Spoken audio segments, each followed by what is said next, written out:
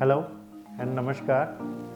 I am Dr. Praveen Kumar Nath, Senior Consultant Neurosurgeon and Director Neurosurgery at नयति hospital Mathura. मैं नयति hospital Mathura की तरफ से आप सभी का स्वागत करता हूँ। I am a senior neurosurgeon. I have joined नयति hospital Mathura and I have around 25 years of experience as neurosurgeon.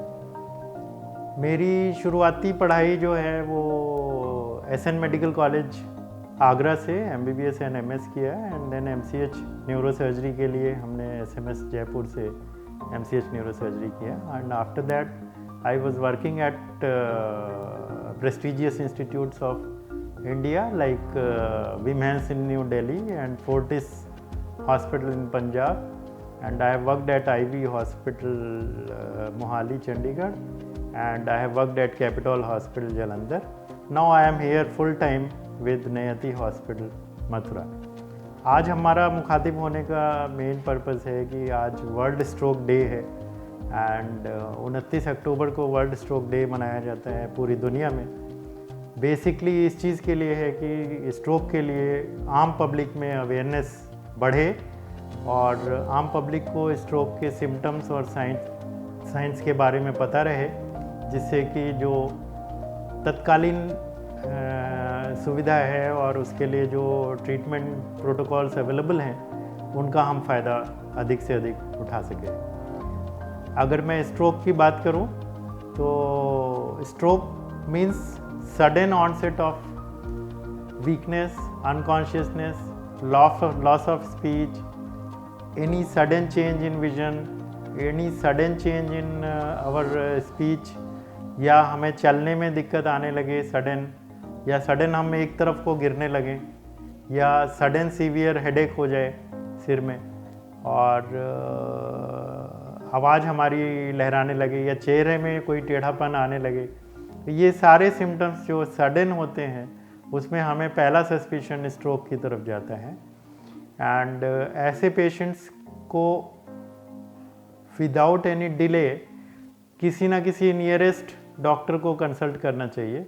अगर उसमें स्ट्रोक के सिम्टम्स आ रहे हैं तो उन्हें किसी न्यूरोलॉजिकल इंस्टीट्यूट में जाना चाहिए। नयति हॉस्पिटल मथुरा में न्यूरोलॉजिस्ट और न्यूरोसर्जन्स ऑल अवेलेबल हैं, प्लस हमारे यहाँ न्यूरो रेडियोलॉजी की फुल सुविधाएं होती हैं सारी, MRI, CT scans and all basic test जो हमें करने होते हैं। स्ट्रोक का मेन पर्पस जानने का फ़ायदा ये है कि अगर हमें कोई भी फर्स्ट सिम्टम आ रहा है and then we can at least get our self checked at the hospital and उससे फ़ायदा क्या होता है कि जो गोल्डन पीरियड होता है एक स्ट्रोक ट्रीटमेंट का, वो अगर शुरू हो जाता है इमीडिएट, जितनी जल्दी ट्रीटमेंट शुरू होता है उतनी ही ब्रेन सेल्स को हम बचा पाते हैं।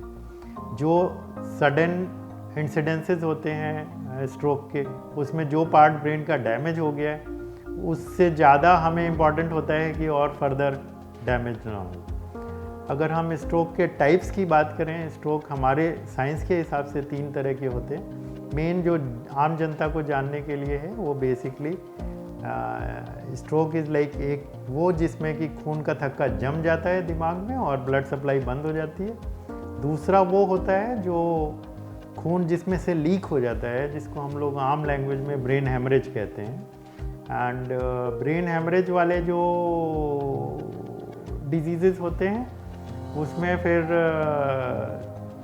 इट डिपेंड्स ऑन कि किस वजह से हेमरेज हुआ है। कई पेशेंट्स में ब्लड प्रेशर की वजह से हेमरेज होता है, कई पेशेंट्स में एन्यूरिज्म और AV मेलफॉर्मेशंस होते हैं उसकी वजह से हेमरेज होता है, और भी बहुत सारे अनकॉमन कॉजेज़ भी होते हैं। एंड दूसरा जो क्लॉट जमने वाला जो अटैक आता है, जिसको आमतौर पे पैरालिसिस का अटैक कहते हैं आम पब्लिक में, उसमें अगर हमें लगता है कि ब्रेन की कोई नाड़ी बंद हो रही है और उसकी पेरिफेरल सप्लाई बंद हो रही है तो इमीडिएट हमें CT स्कैन और MRI करके पता लग जाता है एंड क्लिनिकली एग्जामिन करके पेशेंट को सस्पिशन हो जाता है। उन केसेस में कुछ इंजेक्शंस होते हैं जो इनिशियल 3 to 4.5 आवर्स के बीच में देने होते हैं। दिस इज़ बेसिकली जो खून पतला करने के लिए स्पेशल इंजेक्शंस ईजाद किए हुए हैं आजकल। एंड वो इंजेक्शन दे के जो फर्दर ब्रेन और भी डैमेज होने वाला होता है वो रुक जाता है। प्लस कुछ केसेस में जो आर्टरी ब्लॉक होती है वो भी ग्रेजुअली खुलना शुरू हो जाती है, जिससे कि अगर इमीडिएट हो गया है तो वो ब्रेन की सेल्स थोड़ी सी जो हैं वो रिकवर करना शुरू हो जाती हैं एंड क्लिनिकली पेशेंट को हम सेव कर सकते हैं, उसकी जान को बचा सकते हैं। जहाँ तक इन केसेस में ट्रीटमेंट प्रोटोकॉल्स का सवाल है, वो ऑल ओवर वर्ल्ड आजकल प्रोटोकॉल सेम हो गए हैं। तो किसी भी अच्छे न्यूरो इंस्टीट्यूट में जाएंगे तो treatment will be as per world standards. And आजकल जो भी रिसर्च आती है तो वो इमीडिएट इंटरनेट के माध्यम से सारे लोगों को पता लग जाती है। बेसिक चीज़ जो है वो क्लॉट जब ब्लॉक हुआ ब्रेन, उसी समय ब्रेन सेल्स डैमेज होने शुरू हो जाते हैं and millions of cells are damaged in 1 to 2 minutes। तो उसको तो कोई नहीं रोक सकता, लेकिन जो फर्दर सेल्स डैमेज होने वाले हैं उसको हम इन इंजेक्शंस को देके जो 3 से 4.5 घंटे के बीच में हम लोग देते हैं और उन पेशेंट्स में हम दे सकते हैं। आजकल कुछ स्पेशल टेक्निक से इवन सिम्टम आने के 6 घंटे के अंदर भी हम लोग ये इंजेक्शन दे सकते हैं स्पेशल इंट्रा आर्टीरियल मेथड से, जिसमें कि ब्रेन में जहाँ पे क्लॉट है हम वहीं पे जाके उसको मेडिसिन को एक्ट करने के लिए इंजेक्ट करते हैं। दूसरा जो हेमरेजिक स्ट्रोक्स हैं, एज अ न्यूरोसर्जन हमारा जो मेन पार्ट रहता है वो हेमरेजिक स्ट्रोक्स में रहता है। अगर वो हेमरेज हुआ है, ब्रेन हेमरेज हुआ है, नॉर्मल सबसे कॉमन हेमरेज जो है वो हाइपरटेंसिव हेमरेज है, जिसको बेजल गैंग्लिया हेमरेज कहते हैं। छोटे और मीडियम साइज़ के जो हेमरेजेस होते हैं उनको दवाइयों से और आईसीयू केयर से और एसओएस वेंटिलेशन से क्योर किया जाता है। प्लस साथ में बीपी कंट्रोल और शुगर कंट्रोल और बाकी चीज़ें चलती हैं। जिसमें हेमरेज बहुत बड़ा है और हमें लग रहा है कि वो प्रेशर उसने डाल दिया है ब्रेन पे और पेशेंट अनकॉन्शियस है, वेंटिलेटर पे है, उनको कुछ एडवांटेज हम लोग सर्जरी का भी दे सकते हैं, जिसमें कि क्लॉट को डिकम्प्रेस कर देते हैं और ब्रेन को डिकम्प्रेस कर देते हैं एंड देन उसके accordingly rest of the treatment चलता रहता है। Physiotherapy, ICU care, management of blood pressure, management of sugar and बाकी जो पैरामीटर्स हैं उसको हमें कंट्रोल करके रखना होता है। And these are the things जो किसी भी कंडीशन में अगर ऐसा कुछ होता है तो उसमें immediate care, immediate neurological care की ज़रूरत होती है। बट फर्स्ट जो हमने दिखाना है वो नियरेस्ट हॉस्पिटल या डॉक्टर अवेलेबल को दिखाना चाहिए, सो दैट दे कैन जज द इनिशियल वे एंड उसके बाद वो न्यूरो इंस्टीट्यूट की तरफ आना चाहिए। हमारे यहाँ 24 घंटे न्यूरो सर्जरी और न्यूरोलॉजी की टीम अवेलेबल है एट नयति मथुरा मेडिसिटी। एंड हेमरेजिक में कुछ स्पेशल टाइप के ब्रेन हेमरेज हो सकते हैं जिनमें हम लोग सबएरेक्टोइड हेमरेज कहते हैं, जो एनोडिज्म से रिलेटेड होते हैं। उसमें फिर एंजियोग्राफी करके एनोडिज्म की सर्जरी की जाती है so that second time bleed ना हो जाए, उसको अवॉइड करने के लिए। अगर हम वैसे जितना टाइम हम सेव कर पाएंगे before starting treatment, it is always better. And अगर हम इनके कारण की बात करें तो आजकल का जो लाइफस्टाइल हो गया है, एवरीबॉडी इज़ स्ट्रेस्ड, कोई भी रिलैक्स्ड माइंड में नहीं है। कुछ ही लोग होते हैं जो मेडिटेशन करते हैं, योगा करते हैं, अपनी लाइफ को इजी बना के रखते हैं और थोड़े लाइफस्टाइल चेंजेस करते हैं, जिससे कि शुगर कंट्रोल में रहना चाहिए, ब्लड प्रेशर कंट्रोल में रहना चाहिए, थोड़ा योगा करना चाहिए, एक्सरसाइज करना चाहिए, सॉल्ट हमें कम खाना चाहिए, फैट हमें कम खाना चाहिए, कोलेस्ट्रॉल को चेक करते रहना चाहिए। All these things are to prevent further stroke. Stroke अगर हम उसको हार्ट से कंपेयर करें तो इट इज़ लाइक, स्ट्रोक जो है वो हार्ट में जैसे हार्ट अटैक आता है वैसे ही इसको ब्रेन अटैक कहते हैं। तो सिमिलर चीज़ें जो हम बीपी, शुगर और योगा और डी स्ट्रेस हो रहे हैं, ये सारी हार्ट अटैक पे भी इक्वली इफ़ेक्टिव हैं जो ब्रेन अटैक को कंट्रोल करेंगे। एंड इन चीज़ों में prevention is always better than cure.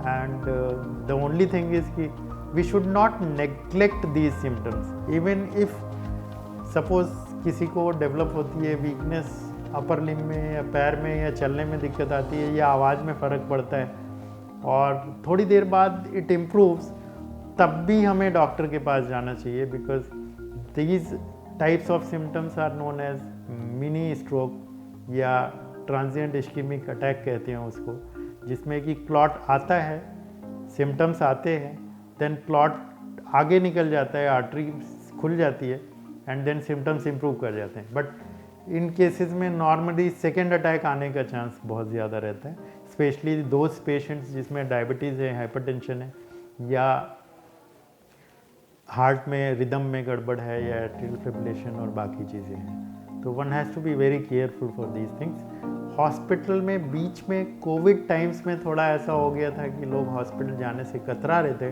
But इस तरह की चीज़ें जो स्ट्रोक वाली चीज़ें हैं, किसी भी स्टेज पे हो तो हॉस्पिटल जाना पड़ेगा और हॉस्पिटल जाना चाहिए फॉर अर्जेंट ट्रीटमेंट। हमारा नयति मेडिसिटी मथुरा में we have made it covid safe hospital. हमारी सारी प्रिकॉशंस जो सोशल डिस्टेंसिंग है, मास्क है, कोविड टेस्टिंग है और थॉरो आइसोलेशन है उन केसेस का जो कोविड पॉजिटिव है, तो उन पेशेंट्स के लिए हमारा हॉस्पिटल टोटल कोविड सेफ है। The patients who are non-COVID patients, they can also come to hospital for their urgent care, and we are available 24 hours here. And सब लोग अपना ध्यान रखें। नॉर्मली स्ट्रोक जो है वो किसी भी पर्टिकुलर एज ग्रुप में हो सकता है, लेकिन ज़्यादातर ये एजिड पीपल में ज़्यादा कॉमन है, जिनको डायबिटीज़ है, हाइपरटेंशन है और जो ओबेसिटी है, और जो लोग एक्सरसाइज नहीं करते, सीडेंट्री लाइफस्टाइल रखते हैं, उनको ज़्यादा होता है। मेल फीमेल अगर हम सेक्स रेशियो की बात करें तो थोड़ा सा डिफरेंस होता है मेल एंड फीमेल्स में, बट जो मेन फैक्टर है वो स्ट्रेस है। स्ट्रेस हम जितना कम रखेंगे, रेस्ट जितना करेंगे और योगा एंड एक्सरसाइज जितना करेंगे, उतना हमारे लिए बेनिफिशियल है। And this message on World Stroke Day should percolate to all the public, चाहे वो हमारे घर में है या और कहीं है, हमारे रिश्तेदार हैं, हम सबको बता सकते हैं सेम चीज़ें, so that everybody is benefited from these new protocols which are available. And हमारे हिसाब से सबको ठीक रहना चाहिए, सबको सेहतमंद रहना चाहिए। नमस्कार।